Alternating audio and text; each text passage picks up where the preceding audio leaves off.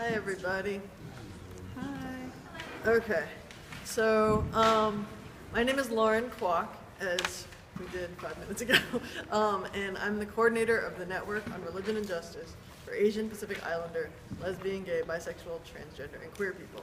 I put it up there because it's a lot. It's a lot. It's a mouthful. So we have a shorter acronym that I'll be saying, NRJ.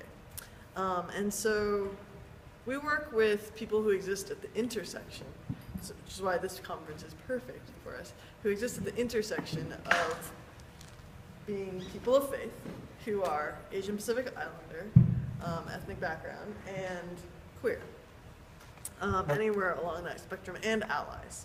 And so, queer Asian Pacific Islander people often have a hard time finding a place where we can be all the parts of ourselves.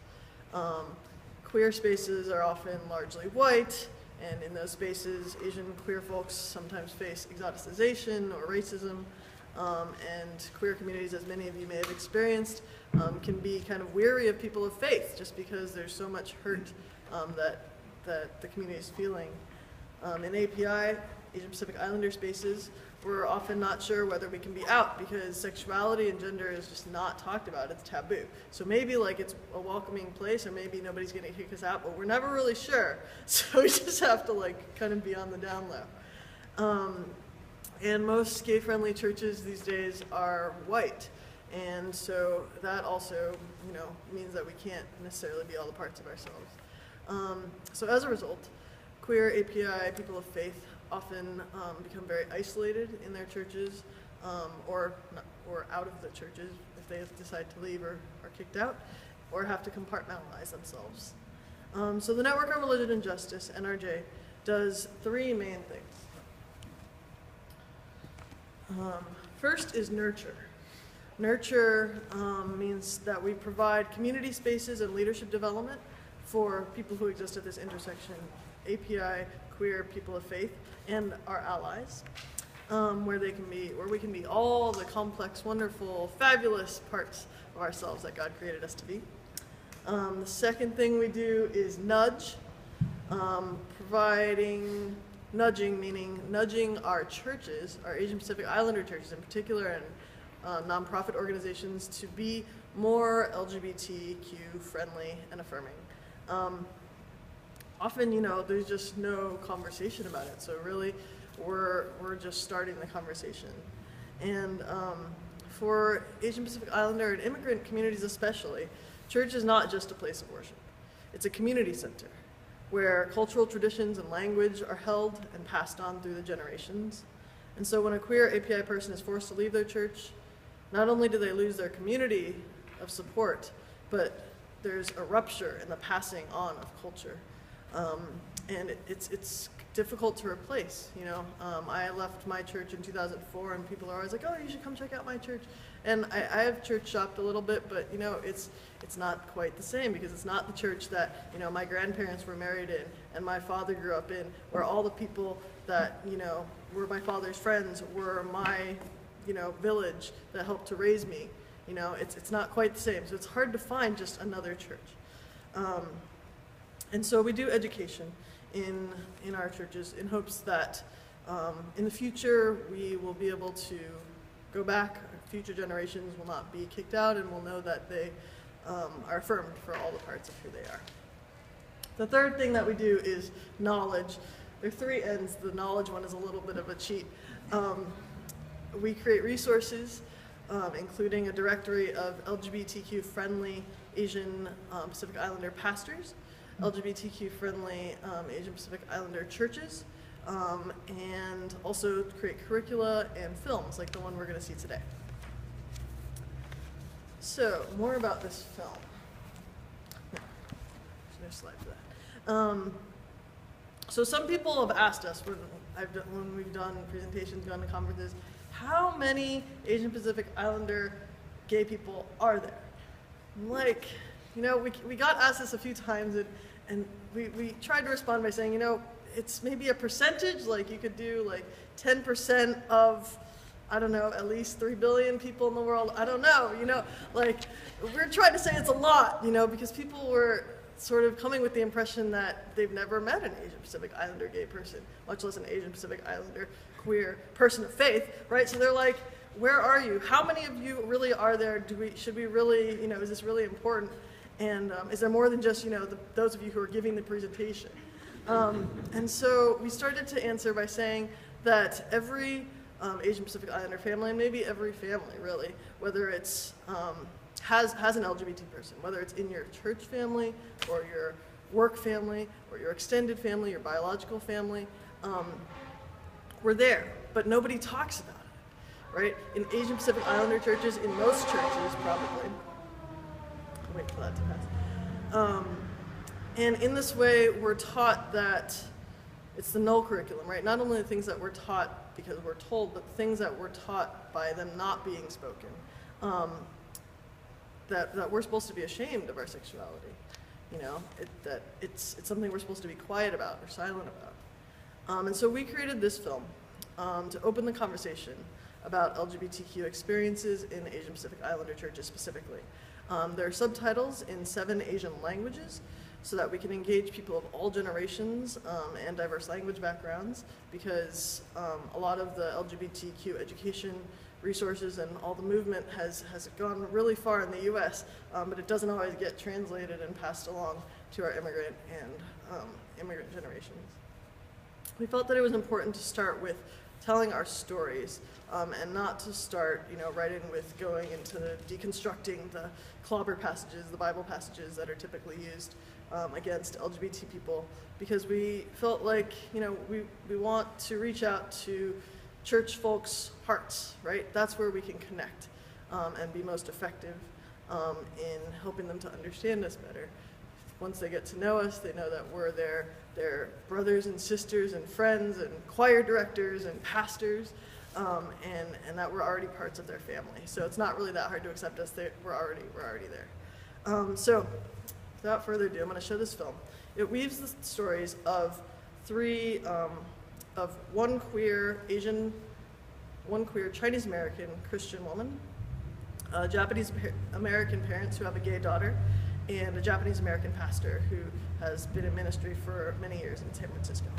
So the film is about 25 minutes long. We'll watch that together and then have small group conversations and question and answer. All right. Are there any questions before I start the film? Okay. All right.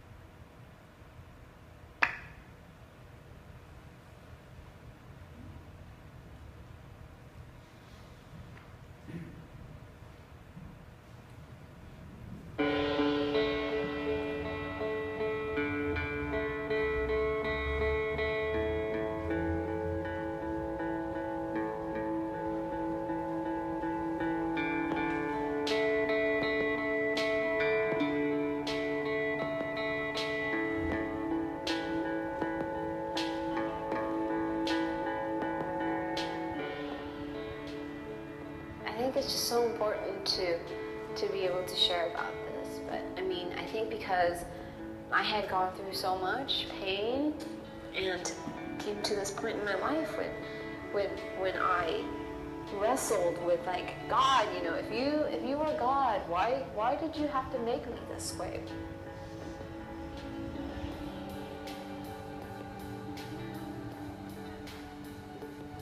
One of the difficult things after our daughter came out was for me to sit and watch a baptism, because they said the same words to Valerie and didn't follow through. And she said it was the church that caused her pain.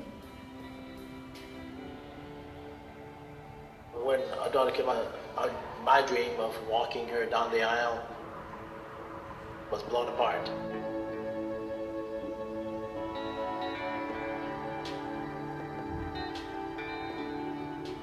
I witnessed a tragedy of a gay person who was still in the closet.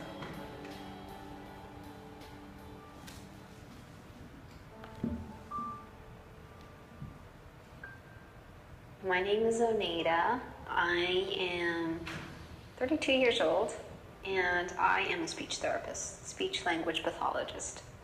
I work in a school, in an elementary school. I guess I can give the chicken. Okay. You want to do the chicken? Yeah.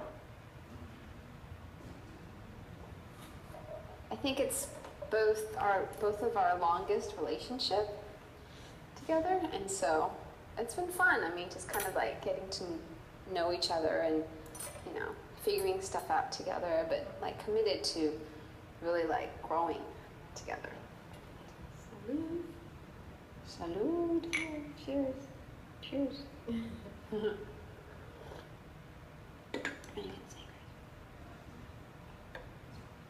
I was in Catholic school from kindergarten through 8th grade, actually. So a large part of my education was in Catholic school. And I loved it. I liked going to church, and I liked singing songs, and I liked reading the Bible and things like that. When I went from Catholic school into a public school, I got involved with a very evangelical Asian Christian church group, a youth group. My name is Nobu Hanaoka.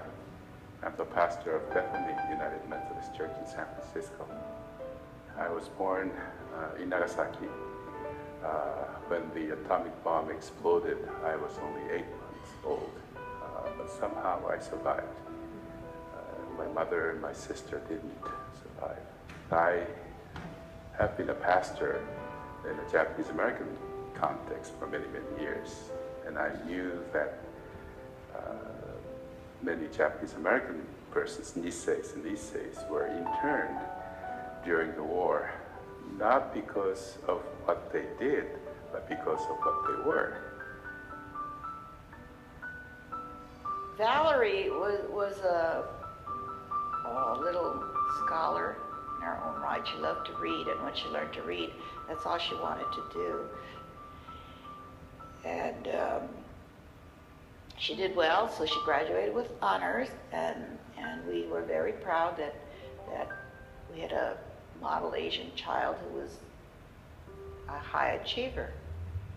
So as a parent, in a sense, it felt good that she was not being distracted by boys like a lot of teenagers are, and she should be able to concentrate on her studies. When I went away for college in Fresno, and I remember there was this girl that I liked a lot, and I couldn't get her out of my mind. I felt like this was the first time where she would come, and my heart was just like racing, like out of control. I was like, okay, what is going on? Why is my heart beating so fast? And maybe I just didn't get enough water to drink, or something. Like I would always like associate it with like, oh, maybe I just didn't get enough sleep. And because I never really had such intense feelings, and to associate that with being a lesbian was like, oh my God, I would rather faint and die here than say those words. And I just knew that I had these feelings and I had to get rid of it. So then thus led me to be very closeted at church, because I didn't want to share anything with anybody, and I was afraid that I would lose my friendships, and and then there would be teasing going on, saying, oh yeah, look at that gay guy, kind of thing. And them gay people, they should go to hell, kind of thing. And so those are messages that I've heard that, both the Asian church as well as the other church that I was beginning to attend. In the summer, between her junior year and her senior year in college, when she was 20 years old, that she came out to us. She felt that she had to tell the truth, and she said, well, I think I'm either bisexual or a lesbian. There was a shock to me to hear them from her. So that night, I couldn't sleep because I didn't know what I had just heard that day, and I didn't know how to continue the conversation. So the next day, my feelings had turned to anger because I thought she was making a bad choice. And so I was following her around the house and telling her that she really needed to experience life in the real world, because the college campus was not the real world, and she was making a very bad choice, and it was going to cause a lot of problems for our family. And among other things, I said to her, I've never heard of Asian gay and lesbian people. Why are you trying to be something you couldn't possibly be? And so I said to her, are you telling me that you're never going to get married? And she said to me, Mom, I know who I am. I know what I am. I would never get involved with another person and possibly have children and have to hurt people because I wasn't telling the truth. I wanted a way out of the difficult situation, and I just didn't know what to do except to tell her to change her mind. But she was telling me that very day that she was not heterosexual. I have a friend who was a member of another church. When he came out, his parents disowned him. So he couldn't go to his parents' church anymore. So he stopped going to any church. And eventually he contracted AIDS and he died. And that was the most emotionally hard experience that I ever had as a pastor.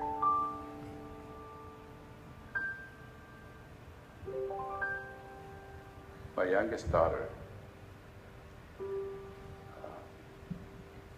came out a few years ago. At that time, I was living in Sacramento, and she was living in San Francisco. And she came, and she called me and said, Dad, is it okay to spend some time with you? So I said, yeah, of course, you come over and you spend the week together, have a good time. And I didn't really think anything about that. And a week went by and she went home. And after she went home, she emailed me and said that what I wanted to say was that I was gay, and I hope it's okay.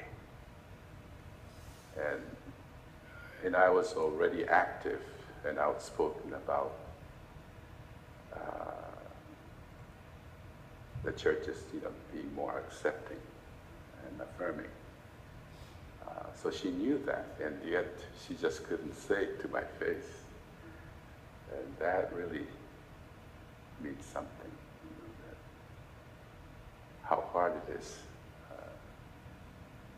to talk about it. The Presbyterian Church's stand at that time, 1988, 1989, 1990, was not affirming of gay and lesbian people. They didn't have a stand that was positive.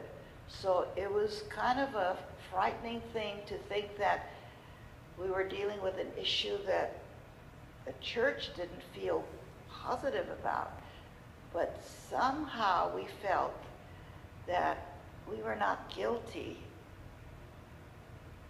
but we couldn't stay there because to blend in with the group at church would mean that we would never talk about Valerie. We would never talk about the tears that we were shedding because we were confused. When our daughter came out, one of the things that we did was to go up on that hike on the hills above our home. We would go up there and at the very top, we said, okay, let's practice yelling out loud as we can. Our daughter Valerie is a lesbian and we love her. And we did it several times, and it was very therapeutic. A coworker said to me one time, "It's like, I'm gay, I'm gay, and God doesn't love me, Remember, God hates fags like me, kind of thing." And those words kind of hit me really hard, because if God really hates gay people, then why did he create us in his image? And why it was just so contrary to what I knew about God, that God is of love and of peace and of justice and of embrace. And here this man was just so angry because so many people have told him God hates him. And that's what he was told time and time and time again. And for myself, I was like, well, if he feels that way about God and he thinks God feels that way about him, what does God think about me? When kids come out, parents kind of try to think of intelligent people that they know. And I thought my doctor would probably have a better understanding than I did, but I was wrong. He was a Catholic. He was an Asian Chinese doctor from Honolulu, so he came from the same background that I did. And this is what he said to me. Your daughter is a sinner. Your daughter is a very selfish person for breaking your heart. I walked out of that office and then I went deeper into the closet because I thought, if a medical doctor is saying that, what chances do I have of ordinary people understanding what I'm going through? Unfortunately, there aren't too many Asian congregations that have come out and identified themselves as reconciling or affirming. Churches throughout the Bay Area that were predominantly Asian rallied against gays, and they said, basically carrying signs that says one man plus one woman, and I recall like seeing some faces of people from my church, my old church group, that were in the rally, and I can't express the pain that what I was feeling, and the hurt and the betrayal.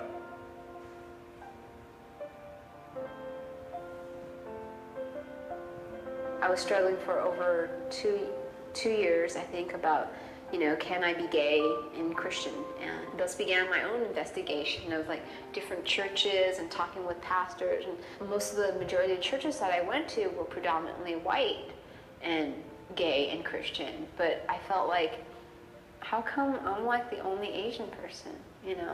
How come there aren't any Asian gay Christian, in the community?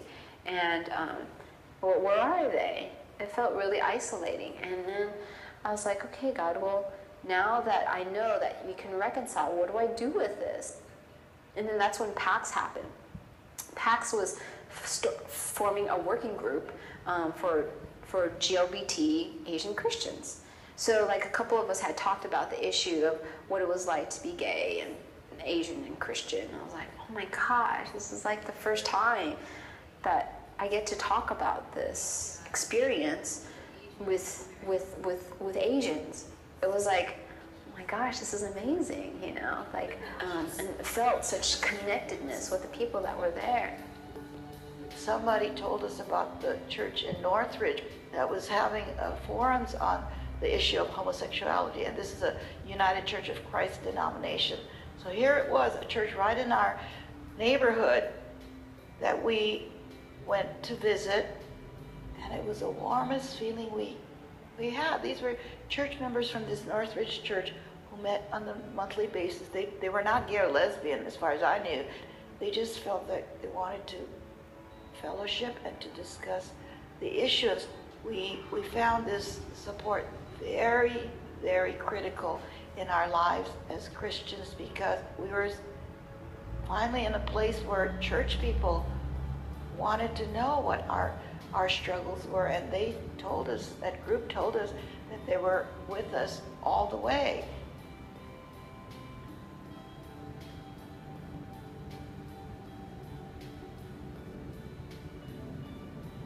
The only place in the whole Bible that clearly mentions homosexuality and calls it abomination is in the book of Leviticus.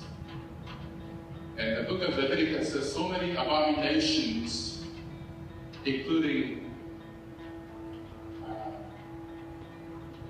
mental illness, skin diseases. And even if one of your arms is longer than the other, you are an abomination, unfit for God. Nobody thinks that anymore. And some of them are plain offensive to our understanding of the sanctity of human lives. And so when I walked into the doors of Bethany for the first time, it was just so warm and fuzzy. It was just so wonderful, straight and gay. We were all here together. We just have to really study the issue from the biblical point of view and what Jesus meant to do. And take the Holy Communion, for instance.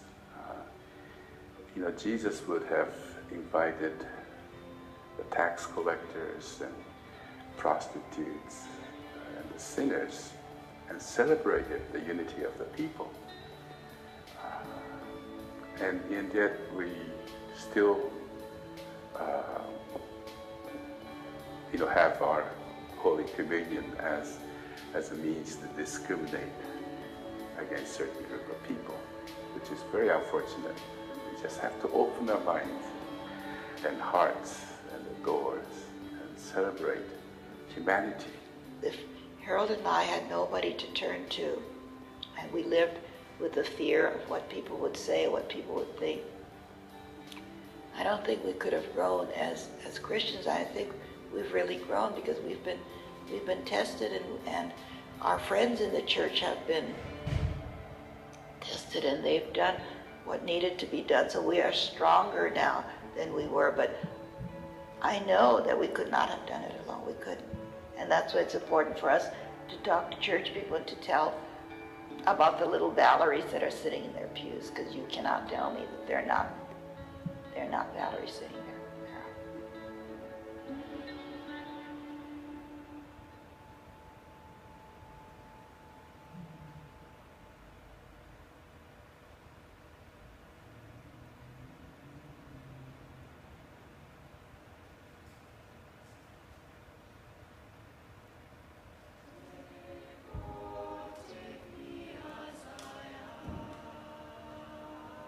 These stalls belong to thousands of gay, lesbian, bisexual, and transgender people from about 26 denominations who are or were active in the ministries of the church. And I'm just so thankful and proud for what they've done and what they've gone through, because if it weren't for them and for God's unconditional love for me, I wouldn't have found peace as a gay Asian Christian.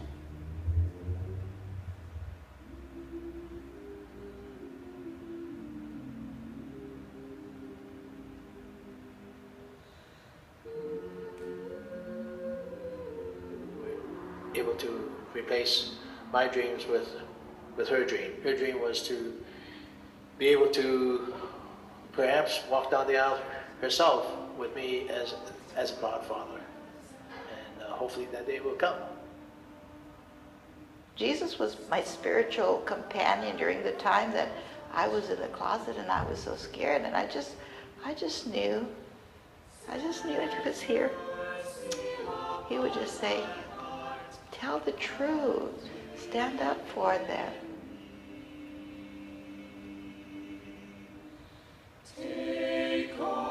Take me as I am. To me, every human rights issue is very important. It is part of my faith.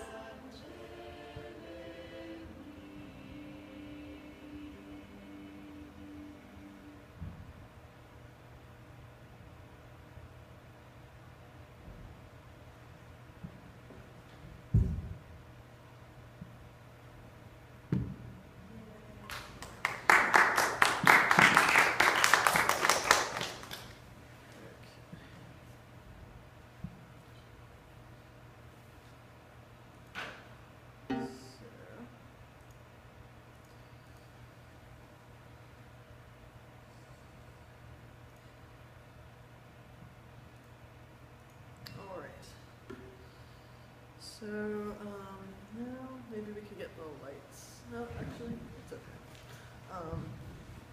Maybe we can get in groups of 3, and like for about 10 or 15 minutes for us to share. Just take the first question. Name one woman in the film that stuck with you and share why. And then if your group finishes talking about that and wants to have, needs more food for thought, you can go on to the other questions that talk more about connecting racial justice and LGBTQ justice, or specifically how churches can support folks who are in the coming out process. So yeah, maybe just turn to some of your neighbors and get in groups of about 3. I think 3 is a good number for the amount of time that we have, and share. And then we'll come back and you can share highlights from your small group conversations.